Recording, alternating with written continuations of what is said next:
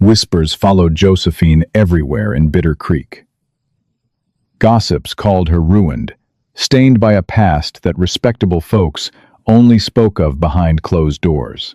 Men looked at her as a prize to be broken, while women crossed the dirt street to avoid her shadow. Everyone expected her to crawl away and perish in the dust. Then, a towering shadow descended from the high timberline. Silas Boone walked into a town built on hypocrisy, took one look at the woman they threw to the wolves, and made his stance clear. He didn't care about untouched innocence. He wanted the survivor. Bitter Creek, Wyoming Territory, in the year 1882, was not a place that offered second chances. It was a harsh, wind-battered mining town, clinging to the edge of the frontier, populated by desperate men and women who clung to rigid societal rules as a shield against the wilderness. If a woman fell from grace in Bitter Creek, she did not simply hit the ground. She was trampled into the mud by every passing boot. Josephine Mercer knew the taste of that mud all too well. At 24, she possessed a stark, haunting beauty, high cheekbones, dark hair that refused to be tamed into neat Victorian buns, and piercing gray eyes that had seen far too much cruelty for one lifetime. She had arrived in town 3 years prior as the reluctant bride of Jeremiah Mercer, a silver-tongued charlatan who promised her the world and delivered only debt, disgrace, and a daily regimen of terror. When Jeremiah was finally shot dead over a marked deck of cards in a filthy saloon down in Cheyenne, the town of Bitter Creek did not offer Josephine their condolences. They offered her the bill for his sins. Jeremiah had borrowed heavily against everything they owned, mostly from Beauregard Hayes, the town's wealthiest land baron and bank manager. Beauregard was a man who hid a venomous soul behind a tailored suit and a polished pocket watch. When the debts came due, he foreclosed on Josephine's small house, confiscated her few belongings, and made a public spectacle of her ruin. He offered her a way out, of course, a quiet, shameful arrangement where she would serve as his private mistress in exchange for a roof over her head. Josephine had spat at his polished boots. For that defiance, Beauregard made it his personal mission to see her broken. He ensured no respectable business would hire her. The women of the town, led by the pious and vicious Henrietta Higgins, barred her from the church and the sewing circles. Josephine was reduced to taking in the bloodiest, filthiest laundry from the transient miners, living in a dilapidated, drafty shack on the absolute edge of town, right where the civilized dirt roads gave way to the untamed, predator-filled woods. She worked until her hands cracked and bled, her knuckles raw from harsh lye soap and freezing water. Every time she walked into town to buy meager supplies, the men would leer, whispering crude propositions, assuming a widow in debt was a woman who could be bought for a handful of copper coins. She ignored them. She kept her chin high, her spine stiff, and her gray eyes cold. They wanted her to beg.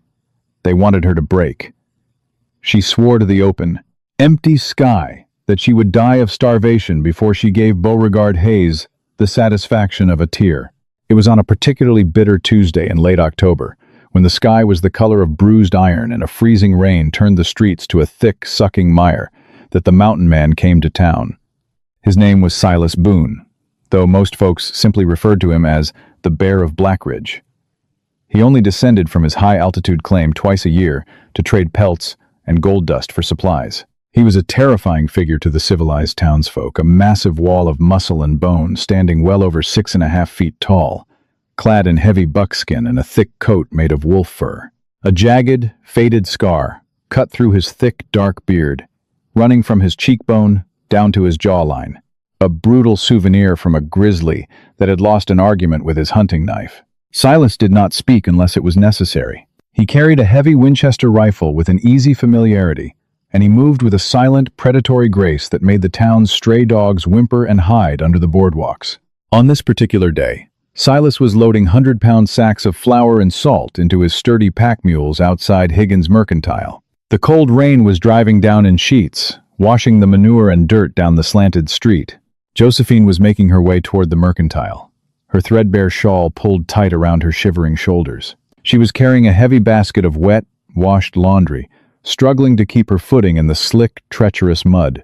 She had spent the last of her coins on a single loaf of stale bread and desperately needed to deliver this laundry to a miner's boarding house just to afford firewood for the night. Beauregard Hayes stepped out of the saloon across the street, flanked by two of his hired enforcers, a sneer twisting his handsome features.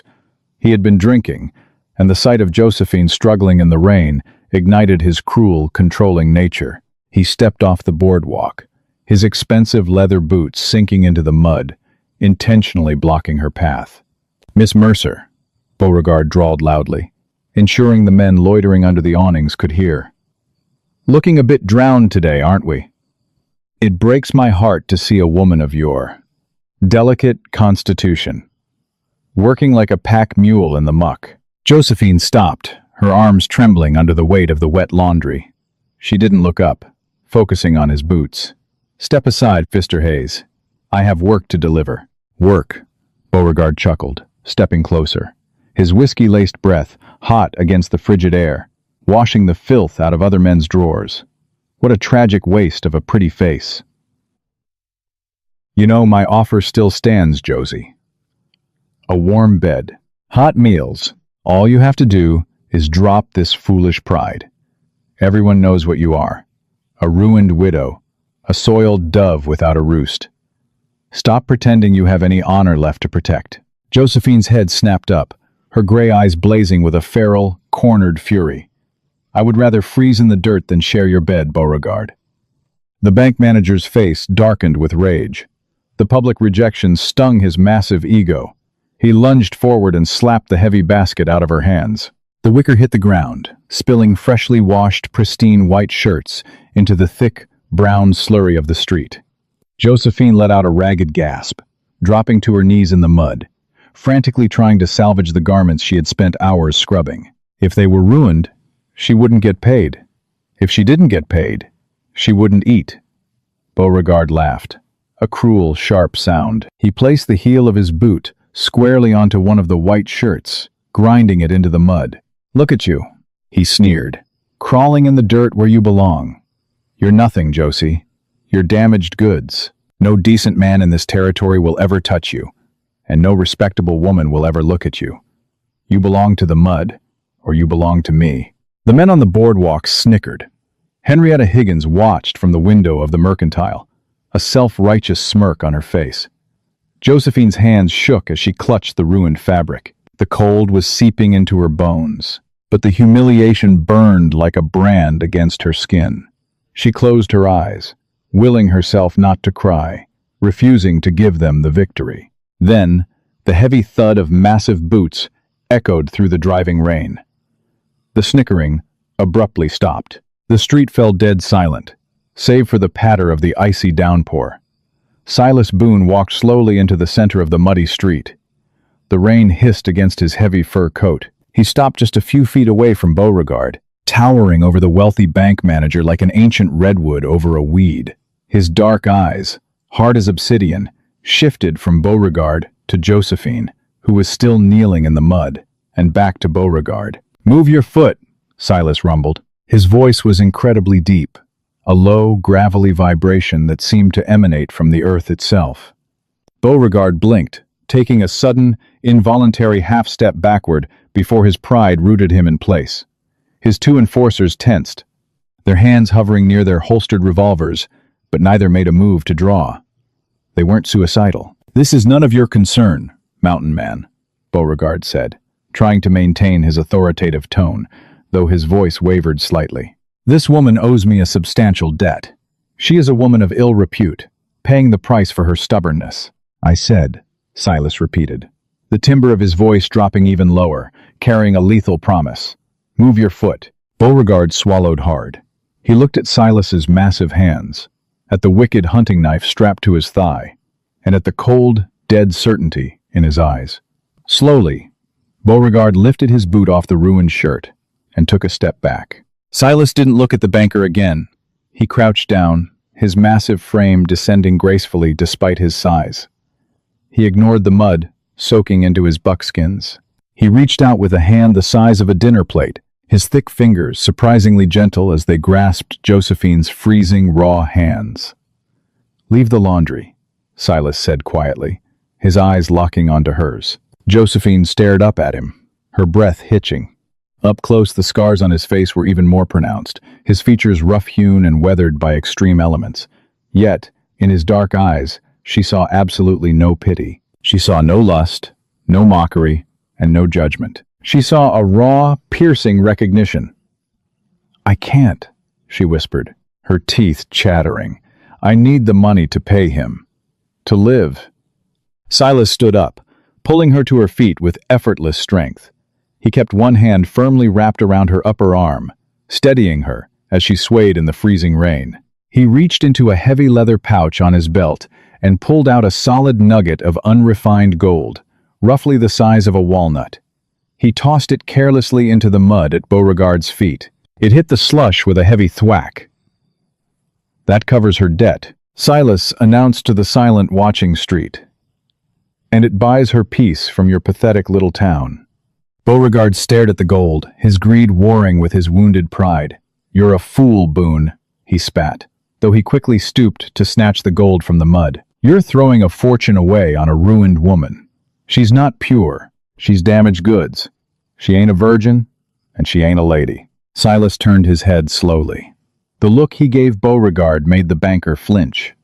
"Purity is an illusion, invented by weak men who are terrified of a woman with a past." Silas's voice boomed, echoing off the wooden storefronts, ensuring every gossip and coward in Bitter Creek heard him clearly. "You think a woman's worth is measured by who hasn't touched her? You think innocence makes a person strong?" Silas turned his gaze back to Josephine, his hand still warm and solid on her freezing arm. "I live at 10,000 feet, Silas continued, speaking only to her now. "The winters up there will snap a delicate flower in half before November is over. I don't want a pristine virgin who faints at the sight of blood or weeps when the fire goes out. I don't need fragile." He reached up, his rough, calloused thumb gently wiping a streak of mud from her pale cheek. "I watched you carry water in a blizzard last year when this town locked its doors on you," Silas murmured, the gravelly roughness of his voice softening just a fraction. "I watched you look a pack of vicious dogs in the eye and refuse to flinch. They spent 3 years trying to break you, Josephine Mercer, and they failed. I don't want the woman they wanted you to be. I want the woman they couldn't kill." Josephine's breath caught in her throat. The cold rain seemed to vanish, replaced by the overwhelming, solid heat radiating from the giant man standing before her. For 3 years, she had fought entirely alone. To have someone recognize that fight, to validate the armor she had been forced to build, struck a chord so deep inside her it felt like an earthquake. "I need a partner for my claim," Silas said, stepping back slightly, giving her space. The offer hung in the frigid air, massive and terrifying. "The cabin is warm. There is always meat in the smokehouse. I promise you hard work, isolation, and a silence you can hear. But I swear on my life, no man will ever lay an unwanted hand on you again. And you will never kneel in the mud for another soul." He gestured toward his packed mules. "I leave in 5 minutes. If you want to ride out of hell, get on the roan horse." Silas turned his back on her, a profound act of trust in a town full of enemies, and walked toward his animals. He didn't look back to see if she was following. Josephine stood frozen in the mud. She looked at Beauregard, who was frantically wiping the mud off the gold nugget. She looked at the ruined laundry at her feet. She looked at the town of Bitter Creek, the wooden prison that had tried to bury her alive. Then, she looked at the mountain man, checking the cinches on his pack saddles. Josephine didn't go back to her shack. She didn't pack her meager belongings. She wiped her muddy hands on her ruined skirt, lifted her chin, and walked straight toward the sturdy roan horse waiting at the edge of town. The journey out of Bitter Creek and up into the Black Ridge Mountains was a brutal, grueling trial that tested the absolute limits of Josephine's endurance. They rode out as the freezing rain transitioned into sleet, the ice pelting against them like tiny glass daggers. Silas rode point on a massive black draft cross, leading the string of pack mules, while Josephine followed on the roan. For the first few hours, neither spoke. The silence was profound, broken only by the rhythmic crunch of hooves on icy rocks and the howling of the wind through the towering pines. As they climbed higher in elevation, the temperature plummeted. The sleet turned into heavy, wet snow, rapidly accumulating on the narrow, treacherous switchback trails.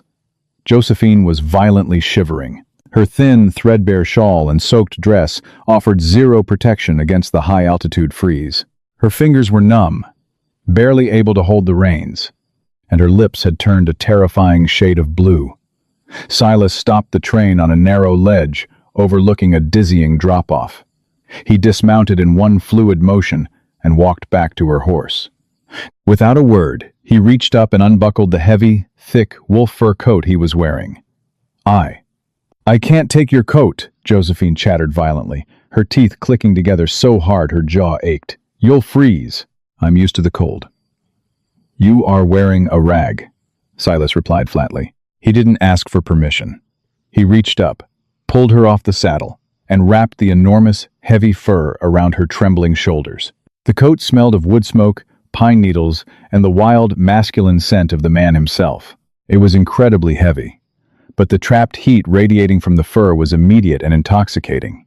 He lifted her back into the saddle as if she weighed no more than a child's doll. "We have 5 more miles. It will get steeper. Do not look down." He turned back to his horse, clad only in his thick flannel shirt and leather vest, seemingly completely unbothered by the driving snow. The next 3 hours were a blur of agonizing physical exertion. The trail became so steep and narrow that riding became impossible. Silas signaled for her to dismount, and they led the animals on foot. The snow was knee-deep now, and every step required monumental effort. Josephine's legs screamed in protest, her lungs burning in the thin mountain air. She stumbled constantly, her frozen boots slipping on hidden ice. Twice, she fell hard into the snowdrifts. The first time, she instinctively waited for Silas to rush back and help her up, conditioned by the expectation of men either pitying her or mocking her weakness. Silas stopped. He looked back at her over his shoulder. He did not offer his hand. He just stood there, a monolithic statue in the blizzard, watching her with those dark, assessing eyes. "He wants to see if I'll break," Josephine realized, a sudden, fierce ember of anger flaring in her chest. "He wants to see if the town was right." Gritting her teeth, she pushed herself up on trembling arms, ignoring the agonizing ache in her knees. She grabbed the roan's reins, straightened her spine beneath the heavy fur coat, and took a step forward. Silas gave a single, barely perceptible nod, turned around, and continued climbing. That silent exchange forged an immediate, unspoken contract between them. He would not pamper her. He would not treat her like glass, but he would also not leave her behind. He demanded her strength, and in doing so, he reminded her that she still possessed it. By the time they crested the final ridge, night had completely fallen, and the blizzard was howling in full force. Through the swirling whiteout, a dark shape emerged against the stark white background. It was a large, solidly built, log cabin, nestled securely against a sheer rock face that protected it from the worst of the wind. Silas quickly stalled the animals in an attached, sturdy lean-to, ensuring they had hay and water before turning his attention to the cabin. He shoved the heavy oak door open, ushering Josephine inside out of the storm. The cabin was pitch black and freezing, but it was dry. Josephine stood shivering by the door, the heavy fur coat wrapped tightly around her, while Silas moved efficiently in the dark. Within minutes, the sharp tang of a struck match filled the air, followed by the warm, golden glow of an oil lantern. The space was rugged, but meticulously clean and organized. A massive stone fireplace dominated one wall. Cast iron pans hung neatly above a heavy wooden table. Shelves were lined with mason jars of preserved food, ammunition, and thick, worn books. A large bed piled high with thick woolen blankets and bear pelts sat in the far corner. Silas knelt by the hearth, rapidly building a fire with seasoned birch logs and dry pine needles. The fire caught with a satisfying roar, casting dancing shadows across the rough-hewn logs of the walls. "Sit!" Silas commanded, pointing to a heavy wooden rocking chair situated close to the hearth. Josephine moved numbly, sinking into the chair. The heat from the fire hit her like a physical blow, causing her frozen skin to tingle painfully as the blood rushed back to her extremities. She watched Silas as he moved about the cabin. He filled a kettle with water from an indoor hand pump and hung it over the fire. He pulled a heavy cast-iron Dutch oven from a shelf, scooped out some leftover stew, and set it on a bed of hot coals to warm. He was a man completely in his element, a master of this harsh, unforgiving domain. Once the chores were done, Silas dragged a sturdy wooden stool over to the fire and sat opposite her. He finally looked at her fully, the golden firelight softening the harsh edges of his scarred face. He noticed the dried blood on her hands, the raw, scraped skin on her knuckles from where she had frantically tried to save the laundry in the mud, and the deep, dark bags of exhaustion under her eyes. He stood up, walked to a wash basin, and poured warm water from the kettle into it. He grabbed a clean cloth, a bar of mild soap, and a small tin of salve. He carried them back to the fire and knelt on the floor in front of her chair. "Give me your hands," he said quietly. Josephine hesitated. For 3 years, every touch from a man had been a threat, a violation, or an act of violence. She instinctively pulled her hands deeper into the sleeves of his massive fur coat. Silas didn't force the issue. He simply waited, holding his hands open, palms up, huge, scarred, lethal hands that could snap a man's neck without effort. Hands that had killed bears and men alike.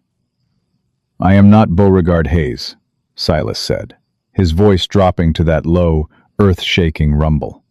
"I am not your dead husband. I do not take what isn't offered, and I do not break what is already fragile." Josephine looked into his dark eyes. They were completely open, hiding nothing. She slowly pulled her hands out of the fur and laid them, trembling, into his massive palms. Silas's touch was unbelievably gentle.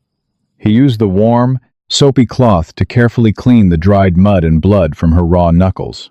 He worked in total silence, his focus entirely on the task. The warmth of his hands and the water sent shivers down her spine that had nothing to do with the cold outside.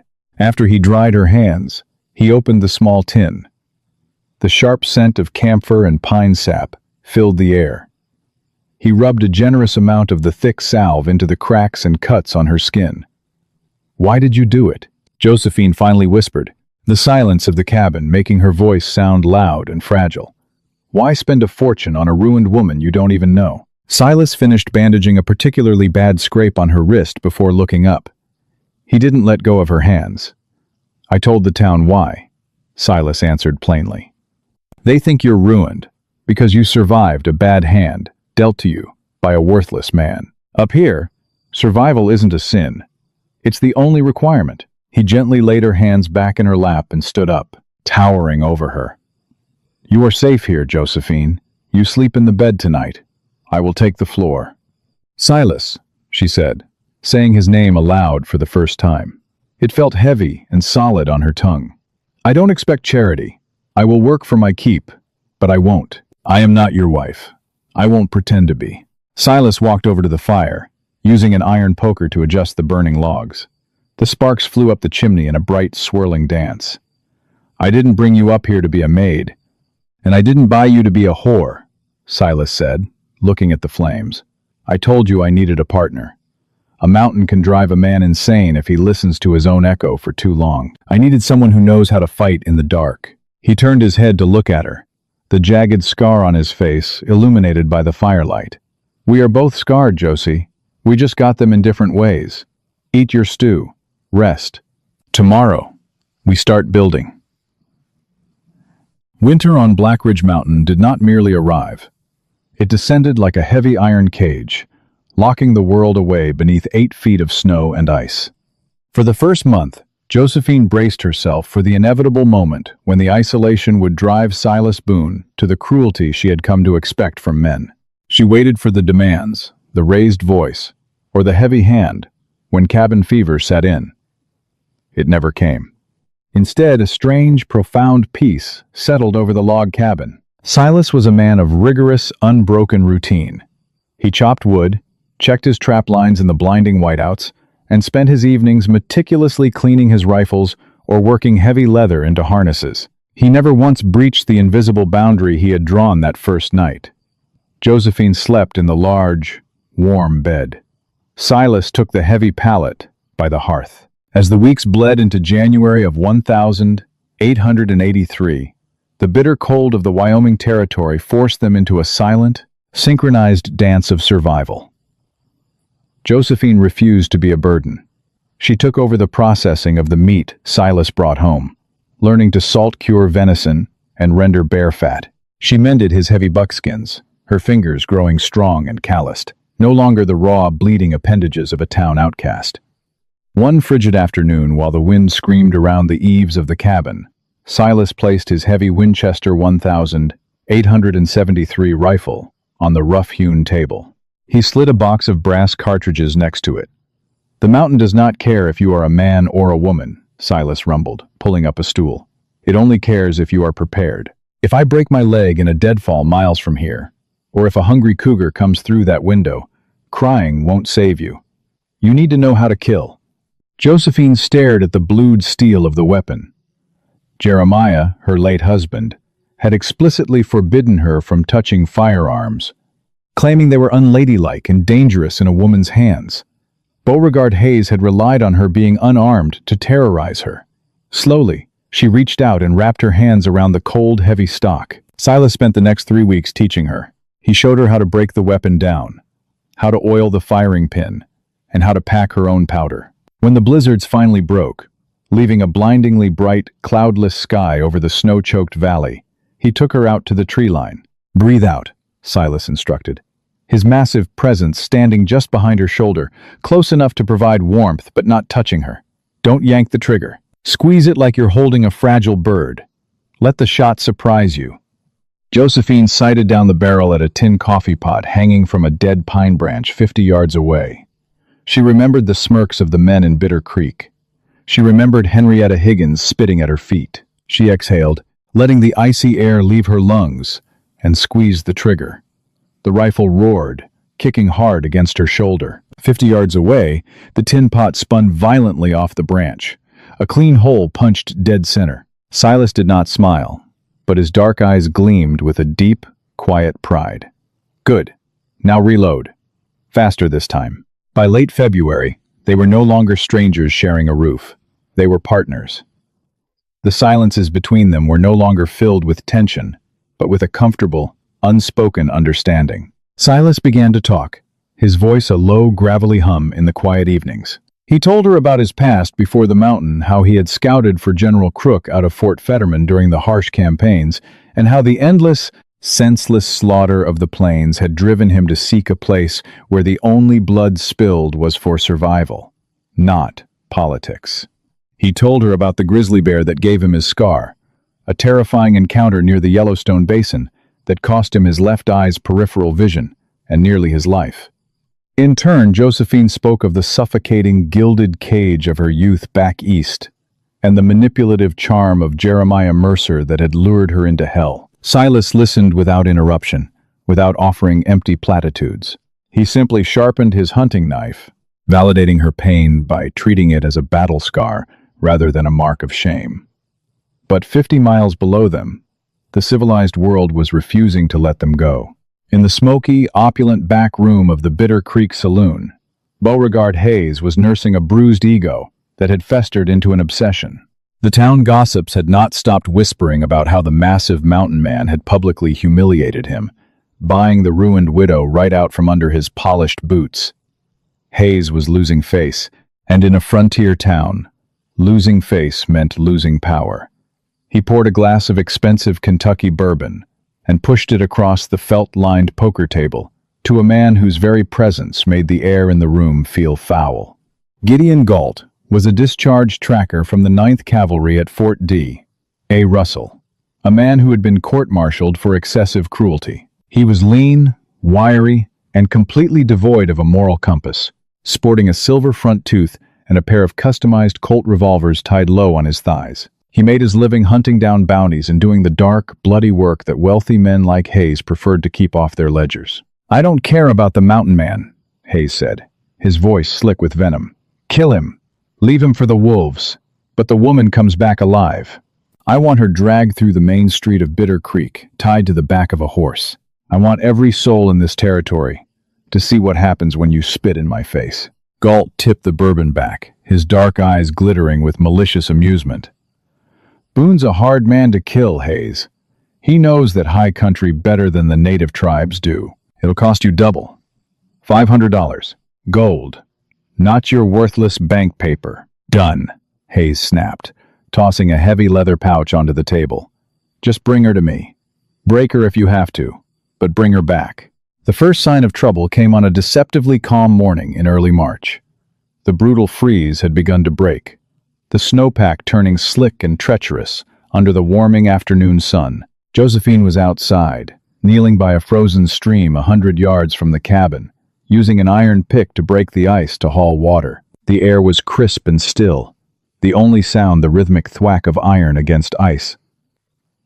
Suddenly, Silas's two massive livestock dogs, a pair of ferocious mastiff crosses that usually slept lazily by the woodpile, erupted into a cacophony of vicious, frantic barking. Josephine stood up, her hand instinctively dropping to the heavy Colt revolver Silas insisted she wear whenever she left the cabin. Silas burst from the cabin door, his Winchester already leveled at his shoulder, his eyes scanning the dense timberline below. "Josie, move!" he roared, a tone she had never heard him use before, frantic, urgent, lethal. A sharp, distinct crack echoed off the canyon walls. A rifle bullet smashed into the ice just inches from Josephine's boot, sending a spray of frozen shards into her face. She didn't scream. The weeks of rigorous training kicked in. She dropped her water buckets, put her head down, and sprinted for the cabin in a zigzag pattern, her heavy boots churning the slush. 2 more shots rang out, ripping through the heavy canvas of her coat, missing her flesh by a fraction of an inch. Silas provided covering fire, the Winchester barking a rapid, deafening rhythm. He laid down a wall of lead into the brush where the shots had originated, forcing the unseen attackers to keep their heads down. Josephine hit the heavy oak door and tumbled inside, Silas right behind her. He slammed the door shut and threw the massive iron drawbar into place. "Get down," Silas commanded, immediately moving to a reinforced loophole he had built into the cabin's thick logs. The silence outside was heavy and expectant. Then, a voice drifted up from the tree line, a mocking, nasal drawl that cut through the crisp mountain air. "Silas Boone, I got 5 men out here with plenty of ammunition and nowhere to be," Gideon Galt yelled, safely hidden behind a massive boulder.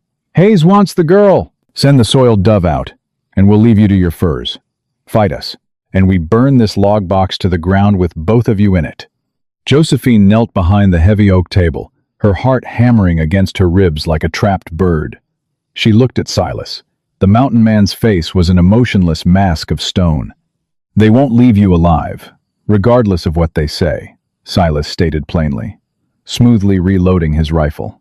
"Galt is a snake. He kills for the pleasure of it." "How many?" Josephine asked, her voice steady despite the adrenaline flooding her veins. 5. 6, including Galt. They are positioned in a semicircle. They have us pinned. Silas looked back at her, his dark eyes locking onto hers.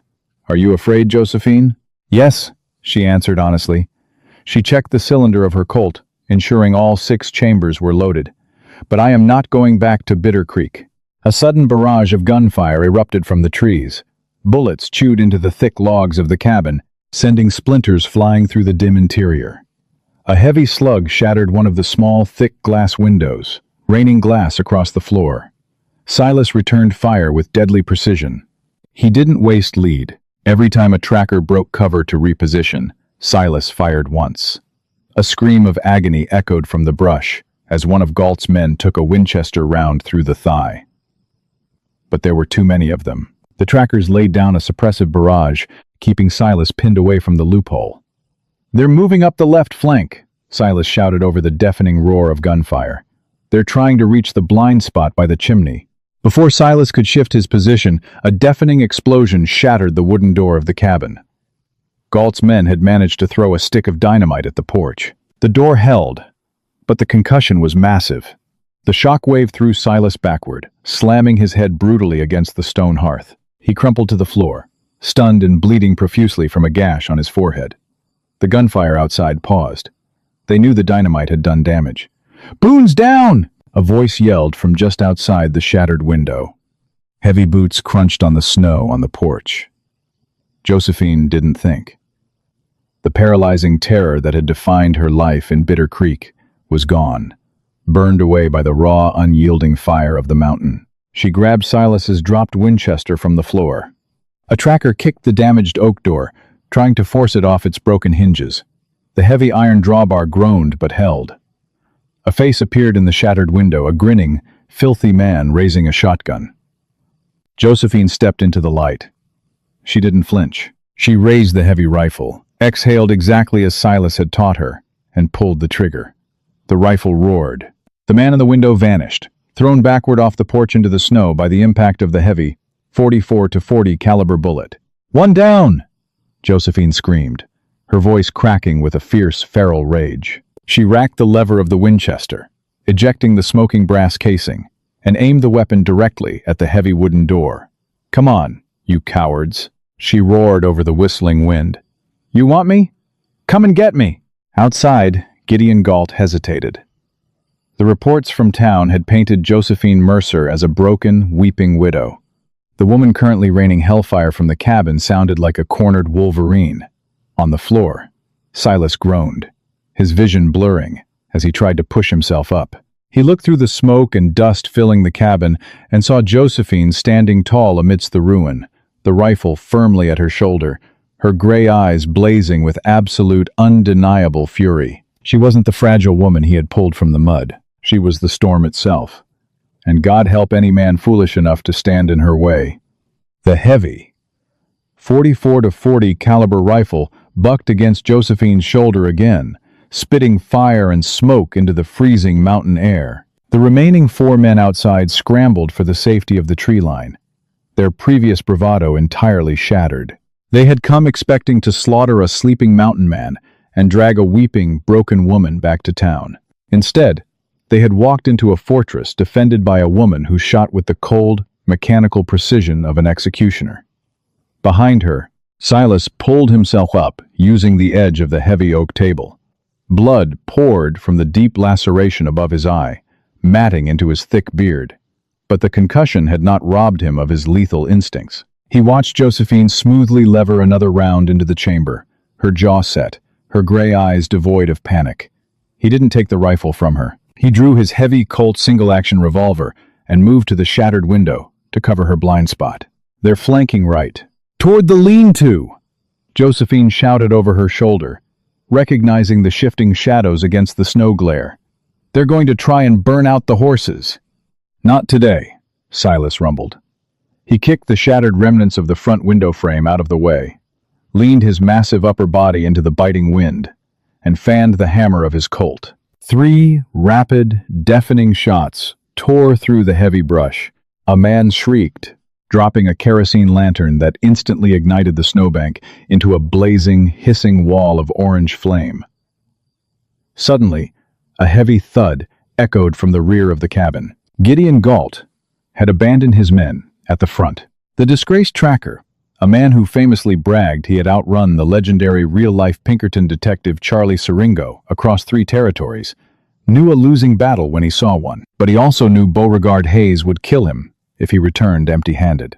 Galt had scaled the sheer rock face at the back of the cabin and was currently prying his way through the heavy wooden shutters of the root cellar access.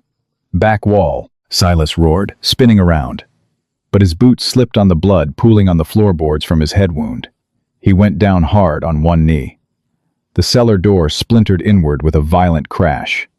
Galt burst up from the floorboards, covered in dirt and frost, a wicked, jagged Bowie knife gripped tightly in his hand. His silver front tooth flashed in the dim, smoky light of the cabin as he lunged directly at Josephine. He moved with the terrifying speed of a striking rattlesnake. Before Josephine could swing the long barrel of the Winchester around in the confined space, Galt batted the rifle aside with his left forearm and slammed his right hand around her throat, driving her brutally against the stone hearth. "You're coming with me, you little Bitter Creek Y." Galt never finished his sentence. Josephine didn't scream. She didn't faint. The days of freezing in the mud and taking the abuse of cruel men were over. She dropped the useless rifle, reached down to her hip, and drew the heavy hunting knife Silas had given her to process meat. With a guttural cry fueled by 3 years of repressed, boiling rage, she drove the 6-inch steel blade deep into the meaty part of Galt's shoulder, twisting it savagely. Galt screamed, a high-pitched, reedy sound of absolute shock, his grip on her throat instantly releasing. He stumbled backward, staring in horror at the handle protruding from his shoulder. Before Galt could draw his own weapon, a shadow eclipsed the lantern light. Silas Boone rose from the floor like an awakened grizzly. He grabbed Galt by the collar of his heavy wool coat, lifted the wiry tracker completely off his feet, and slammed him face first into the thick, load-bearing timber of the cabin wall. The sickening crack of bone ended the fight instantly. Galt crumpled to the floor, unconscious and bleeding out. Outside, the remaining 3 men, seeing the flames from the dropped lantern and hearing the sudden, terrifying silence from inside the cabin, broke. They scrambled to their horses, cut their losses, and spurred their mounts recklessly down the treacherous, icy switchbacks toward the safety of the valley. The siege was over. The cabin was dead silent, save for the crackle of the fire and the howling wind pouring through the shattered door. Josephine stood by the hearth, gasping for air, her hands trembling violently as the adrenaline began to recede. She looked down at the blood on her hands, not her own blood, not the blood of innocent laundry, but the blood of a man who had tried to drag her back to hell. Silas turned to her. He was breathing heavily, his face a mask of blood and soot. He crossed the room in 2 massive strides and pulled her against his chest. It was the first time he had truly embraced her. He didn't hold her like a fragile glass doll. He held her like a fellow warrior who had just held the line. "You're alive," Silas breathed into her dark, tangled hair. "You held them." Josephine wrapped her arms around his waist, burying her face in the heavy, smoky fur of his coat. "They won't stop, Silas," she whispered fiercely. "Hayes will just send more. He will burn this mountain to the ground just to see me broken." Silas pulled back, looking down into her eyes. The firelight reflected off the cold, hard certainty in his gaze. "No," Silas said softly. "A predator only hunts when he thinks the prey is running. It's time we showed Beauregard Hayes that he is no longer at the top of the food chain." 2 days later, the town of Bitter Creek was going about its miserable, mud-soaked business when the warning cry rang out from the watchtower above the silver mine. Down the main street rode a procession that brought every merchant, miner, and gossip to a dead halt. Silas Boone rode point on his massive black horse, his face heavily bandaged, his heavy Winchester resting casually across his saddle horn. Trailing behind him on a long lead rope were 2 horses, bearing the groaning, battered bodies of Gideon Galt and the other surviving tracker, tied securely to their saddles. But it was the rider next to Silas that caused Henrietta Higgins to drop her basket of apples into the dirt. Josephine Mercer did not return to Bitter Creek in a threadbare shawl, eyes cast down in shame. She rode a tall roan gelding, sitting tall in the saddle. She wore a heavy leather coat tailored to her frame, a wide-brimmed Stetson pulled low over her piercing gray eyes, and a gleaming Colt revolver strapped unapologetically to her thigh. She looked wild, lethal, and utterly untouchable. They rode straight to the center of town, stopping directly in front of the Bitter Creek Saloon. Beauregard Hayes stepped out onto the boardwalk, flanked by his usual enforcers. The smug, arrogant sneer melted from his face the moment he saw the bloody, defeated bounty hunters and the cold steel in Silas Boone's eyes. "What is the meaning of this, Boone?" Hayes demanded, his voice cracking, betraying his sudden, deep-seated terror. "You ride into my town and disrupt the peace? Your men trespassed on my claim, Hayes," Silas's voice boomed, carrying easily over the dead silent street. "They tried to murder my partner. Under territorial law, I have the right to hang them from the nearest pine. But I brought them back to you." Silas drew his knife and cut the lead rope, tossing it into the mud at Hayes's feet, a deliberate echo of the gold nugget he had thrown down months ago. "I don't know what you're talking about." Hayes lied frantically, taking a step back as his enforcers nervously eyed Silas's rifle. "I didn't hire these men. They have the Pinkerton bounties in their pockets, Beauregard. A new, sharp voice cut through the tension. From the porch of the assayer's office across the street stepped a tall, meticulously dressed man wearing a silver star. It was Deputy U.S. Marshal Bass Reeves, who had arrived in town just the night before. Silas, anticipating Hayes's eventual retaliation, had used a passing fur trapper weeks ago to send a wired message to Fort Smith, detailing Hayes's illegal land grabs, embezzlement, and the hiring of wanted outlaws. Mr. Boone's wire tipped us off. Hayes, the marshal said, stepping down into the street, a shotgun cradled in his arm.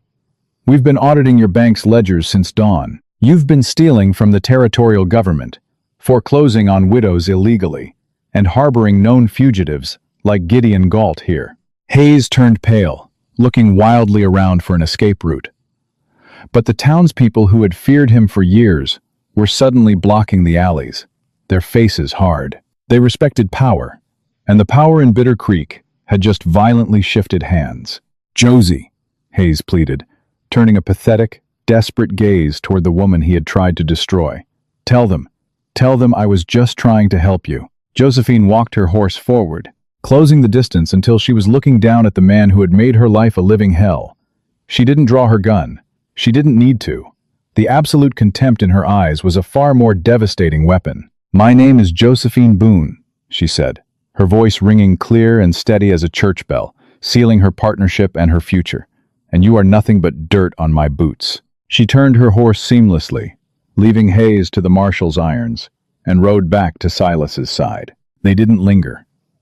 They didn't wait for the town's apologies or their sudden, hypocritical admiration. They turned their horses toward the high timberline, riding away from the mud and the whispers, ascending back into the brutal, beautiful silence of the mountain that had forged them into something unbreakable. The frontier was a brutal place that broke the weak and shattered the delicate.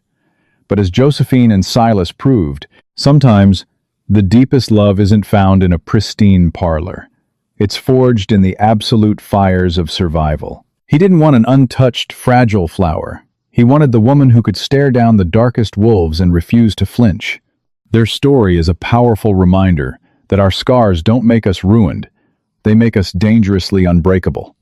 If you were captivated by this intense, gritty tale of Wild West, revenge, survival, and a romance that defies all the rules, hit that like button right now. We bring you the most thrilling, dramatic storytelling on the internet. Share this video with someone who loves a strong, unstoppable heroine. And don't forget to subscribe to the channel and ring the bell so you never miss another epic frontier drama. Hi, my name is Phạm Thanh, the owner and manager of Mountain Hearts. After watching the video, Mountain Man said he didn't want a virgin. He just wanted the woman everyone else tried to break. I really like to know what you think. How did this story make you feel? What stayed with me most was how deeply the story focused on acceptance instead of perfection.